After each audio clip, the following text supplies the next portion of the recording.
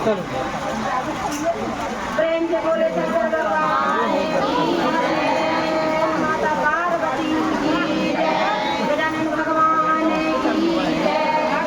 शंभो शंभवे नमः।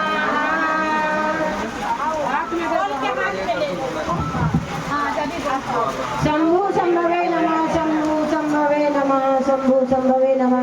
हे धरती माता, मैं आपको प्रणाम करती हूँ। हे महादेव हमारा प्रणाम स्वीकार करे। हे माता पार्वती हमारा प्रणाम स्वीकार करे। हे त्रिलोकीनाथ हमारा प्रणाम स्वीकार करे। इस नगर की देवी देवता को प्रणाम करती हूँ, मेरा प्रणाम स्वीकार करे। नमः पार्वती पते हर हर महादेव। हम एक कथा बोलने जा रहे हैं, जो कुछ कथा से गुरु का ज्ञान मिलता है। जो महादेव जी हैं उनके ज्ञान मिलते हैं। हम ज्ञानदायक एक कथा बोलने जा रहे हैं। इन कथा को आप लोग रुचि से सुने, इन कथा में ध्यान से सुने। इनमें की एक ज्ञान की कुछ बातें हैं जो कि कथा पूरी सुनने से ज्ञान होती है। हम लोग ये जो गुरु का चर्चा रखते हैं ना, इनमें हम लोग कथा बोलते हैं। तो ये कथा जो है ना सब लोग सुनते हैं, तो कोई कोई बातें एक ऐसा है कि इंसान को समझ में भी आ जाता है। जो गलतियाँ कर रहा हो तो वो भी सुधर जाते हैं इन चीज़ों से, इसलिए हम लोग कथा बोलते हैं। एक नगर में एक ब्राह्मण रहते थे। एक नगर में एक ब्राह्मण रहते थे, एक पंडित जी रहते थे। पंडित जी को एक छोटी सी कन्या था, एक लड़की छोटी सी थी। उनकी मम्मी नहीं थी, तो उनकी मम्मी नहीं थी तो वो पंडित जी भरण पोषण करते थे अपनी बच्ची की, खूब अच्छे से ख्याल रखते थे।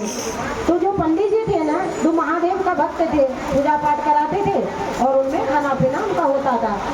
तो ये एक महादेव को उनके घर में एक शिवलिंग रखा था। पंडित जी ने एक शिवलिंग रखा था। तो पंडित जी क्या करे, उन्हें शिवलिंग का रोज पूजा करे एक थाली में रख के, और वो थाली को उठा के बालकनी पर रख दे, जहाँ तक उसकी उस बच्ची का हाथ नहीं जाए, उन बच्ची का हाथ नहीं जाए। क्योंकि कहते हैं कभी कभी लोग, कई लोग कहते हैं कि शिवलिंग का पूजा औरतों को नहीं करा जाता, कई लोग बोलता लड़की को नहीं करना चाहिए, ऐसा है। तो वो पंडित जी यही सोचते थे कि ये बच्ची इसका पूजा ना कर ले, इसलिए वो शिवलिंग को उठा के वहाँ रख देते थे बालकनी के ऊपर।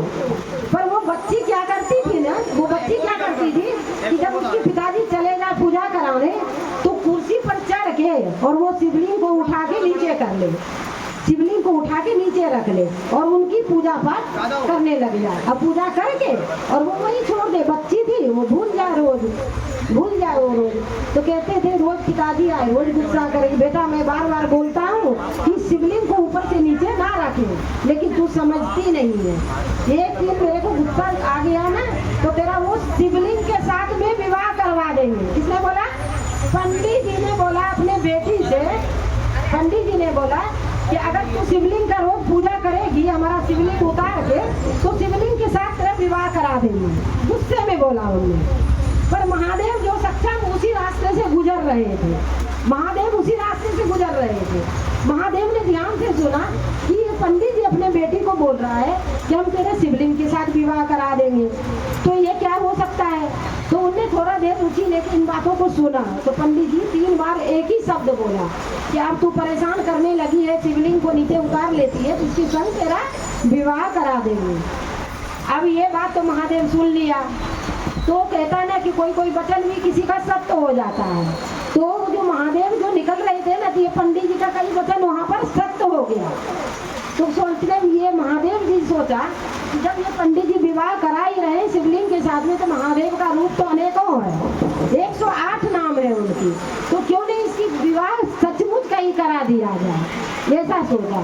तो महादेव जो थे ना, तो महादेव अपने घोड़ा पर बैठ के और आए इनके पंडित जी के दरवाजे पर और कहने लगा, पंडित जी आपकी जो कन्या है ना हमको बहुत पसंद है, हमारा विवाह करवा दीजिए उससे।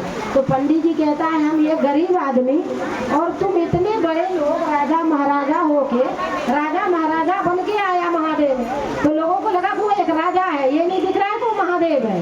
तो कहता है तुम इतने बड़े राजा होके और हमारी एक गरीब की बेटिया से कैसे विवाह आप कर सकते हो।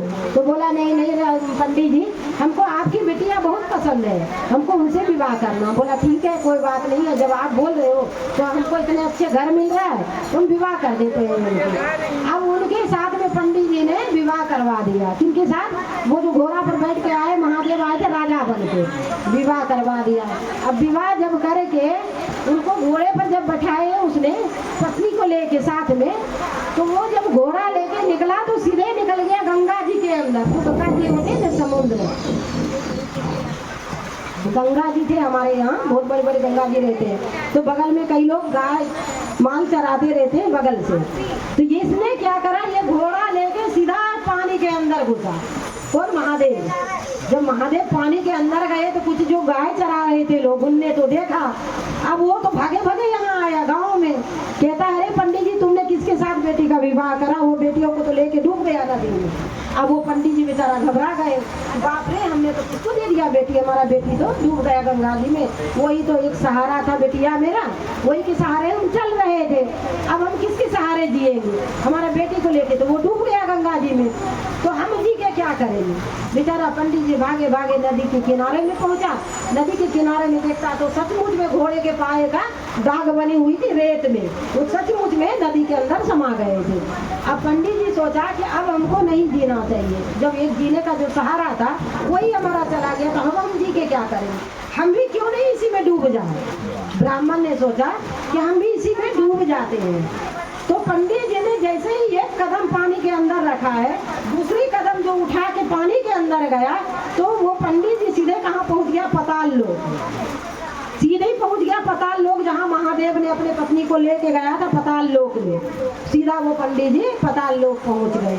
अब जब पाताल लोक पहुंचा है तो वहाँ देख रहा है कि उनकी बेटी झूले में, सोने का झूले में झूल रहे, नौकर चाकर लगे, अनेकों शिवलिंग बने हैं, वो तो महादेव का कृपा था, पूजा पाठ हो रहा, नौकर चाकर लगे। जब ये पंडित जी को बिटिया देखिए, कहता पिताजी आप यहाँ कैसे आ गए, तो कहता बेटा हमको तो ये गाय चराने वाले ने बोला तुम्हारा बेटी तो डूब गया, तो हमने सोचा हम जी के क्या करेंगे, हम भी डूब जाते हैं साथ में, तो हम तो यहाँ आके स्वर्ग देख रहे हैं, हम तो सीधा स्वर्ग आ गए यहाँ।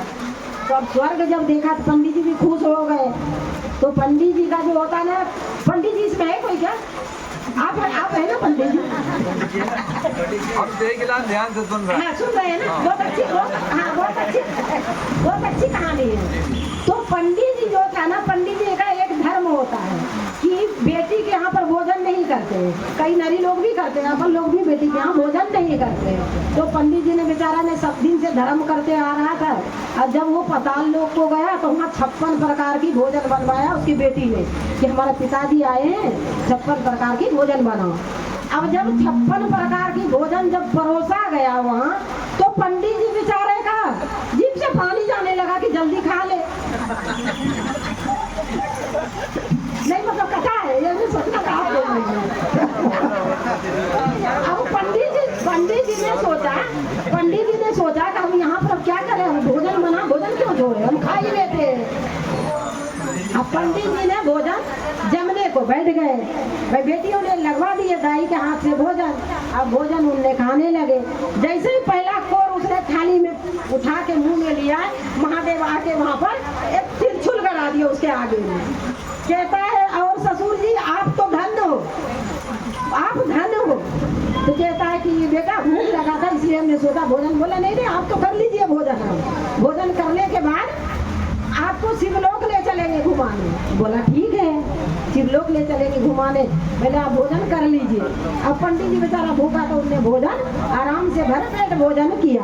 भोजन करने के बाद कहने लगा अब ससुर जी आप आ ही गए, पंडित जी एक काम कीजिए आप तैयार होइए, आपको शिवलोक घुमाते हैं, जो हमारा लोक है, तीनों लोक का शिवलोक है, वहाँ आपको घुमा देते हैं। बोला ठीक है घुमा दीजिए, हम आए तो सब देख ही ले, अब तो हम आ ही गए यहाँ। अब शंकर भगवान ने अपने त्रिशूल और डमरू लिए साथ में, और वो ब्राह्मण को पीछे पीछे लेके गए। तो गए वहाँ जब गए हैं, जब शिवलोक वो पहुँचे हैं, पंडित जी को लेके शंकर जी जब शिवलोक पहुँचे हैं, तो वहाँ एक बूढ़ी अम्मा एक वहाँ तड़प रही थी।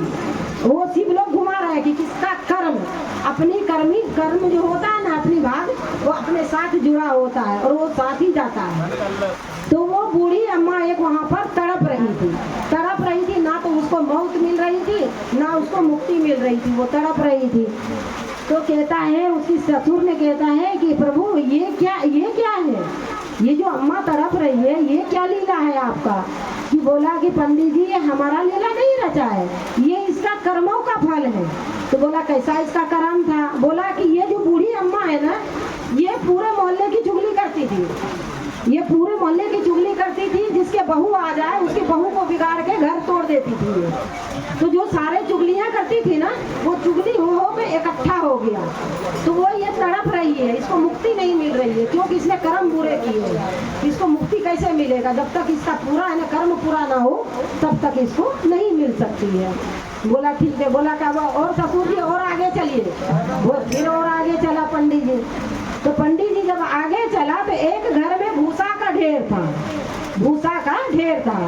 तो कहता प्रभु ये भूसा का ढेर क्या है, ये आपका क्या लीला है? बोला कि पंडित जी ये आपका ही है। बोला मेरा? बोला हाँ ये आपका भूसा है। बोला मेरा कैसे हो सकता है प्रभु, मैंने तो भूसा कभी यहाँ रखा ही नहीं। बोला नहीं रखा है तो मैं सुनाता हूँ ना आपको। बोला जो आपका पहला जन्म था, जो पहला जन्म आपका था, तो आप बलि राजा थे, राजा थे आप पहले जन्म में। आपके पास अनेक धन अनेक नौकर चाकर लगे हुए थे, और आपके दरवाजे पर एक भिखारी आया था अंधा, एक बच्चा को लेके आपके दरवाजे पर भीख मांगने के लिए।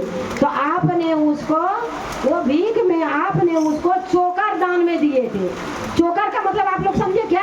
जो आटा छानते हैं ना, तो उनने रखा था। अब ये पंडित जी को सुना रहा पहले जन्म की कहानी इसका, कि जो चोकर आपने आटा छान के रखे थे, तो वो अंधे को आपने कटोरी में वो दान में दे दिए थे।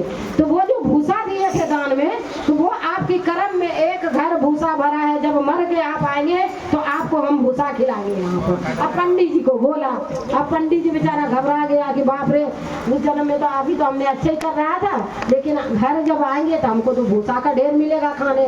बोला प्रभु ऐसा मत करो। बोला हम थोड़ी करते हैं, ये तुम्हारा कर्म है, जो तुमने किया था, जो तुमने बोया है वही पाएगा। तो वहाँ से फिर वो थोड़ा दूर बढ़ा। थोड़ा दूर जब गया है तो वहाँ पर देखता है कि एक ईंट का घर बन रहा था। ईंट का जो घर बन रहा था, तो वो बनते बनते अधूरा रह गया। अधूरा से वहाँ से हो गया मिट्टी। हो आधा दीवार जब हुआ तो वो मिट्टी हो गया, तो वहाँ से मिट्टी का दीवार बन रहा था। तो फिर पंडित जी पूछते हैं प्रभु ये क्या है? बोला कि पंडित जी ये आपका ही है। तो बोला हमारा कैसे हो सकता है? बोला ये आपका इसलिए है कि पंडित जी आपने जब से अभी पूजा पाठ कर्म जो करते आ रहे थे, पूजा पाठ करने की पश्चात में जितनी भी पूजा आपने किए, और जो बेटी के यहाँ पर आप आके जो कोर मारे थे ना 56 प्रकार का, वो आपका नाश हो गया सब। जो आपने जो बेटी के यहाँ पर भोजन कर लिए, तो जितने भी धर्म आपने किए थे वो सारा मिट्टी बन गया। वही आपका मिट्टी है यहाँ ढेर लगा हुआ। बोला ठीक है, इसके आगे और चलते हैं। बोला ठीक है, इसके आगे और चले। इसके आगे जब और गया है, तो इसके आगे जब और गया तो पंडित जी तो बेचारा दोनों पात्र उसका घबराहट में निकल गया। एक तो भूसा का ढेर खाना है, और दूसरा इधर मिट्टी हो गया। उसका जितने भी कर्म इस जन्म में किया था वो पूरा मिट्टी में मिल गया। सिर्फ बेटी के यहाँ भोजन करने पर उन्हें भोजन कर लिया। उसका गलतियाँ ये था, भोजन कर लिया उन्होंने। तीसरी जगह जब वो पहुँचा है, तीसरी जगह, तो एक व्यक्ति ऐसा था कि वो सात जन्म से वो निर्वंश था, उनको बच्चे ही नहीं था। तो 7 जन्म से वो तड़प रहे थे वहाँ पर, उनको एक भी बाल बच्चे नहीं था। तो बोला कि ऐसा क्यों पंडित जी, ये क्या है? बोले बाबा ये क्या आपका लीला है?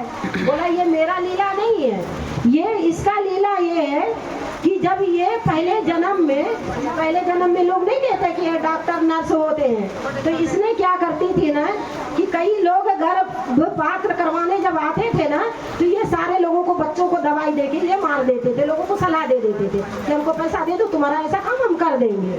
तो उनको ये गर्भपात करवाने के कारण इसकी जो 7 जन्मों का जो जितनी भी बालक इसके नसीब में था, इसने पहले मार चुका है।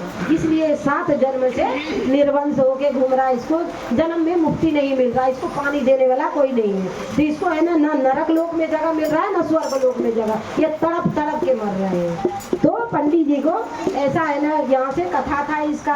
ये सारे कथा में पंडित जी का ही कथा था कि जो पंडित जी ने भोजन किया, किसी पंडित जी को बेटी के यहाँ भोजन जब करे तो उनको कुछ पैसे दे देना चाहिए, फ्री का भोजन नहीं करना चाहिए। पंडित जी ने गलतियाँ किया था। जो चुगली किया था अम्मा ने कि वही अम्मा हो यहाँ पर किसी की बेटी बहुओं का कभी बुराइयां ना करना चाहिए। वो बेटी बहू का बुराई करने से आगे की जन्म में जो मर के जाते हैं वहाँ अपने भाग्य की भोग उनको भोगना पड़ता है, उनको है ना मुक्ति नहीं मिलती है, इसलिए उनको भोगना पड़ता है। इसलिए जो कथा बोला जाता है, इस कथा को इसलिए लोग ध्यान से सुनते हैं कि जिनमें ज्ञान नहीं हो तो थोड़ा सा ज्ञान लेके वो आगे चलना चाहिए उसको कि अब तो सुधर जाए, ऐसा करके।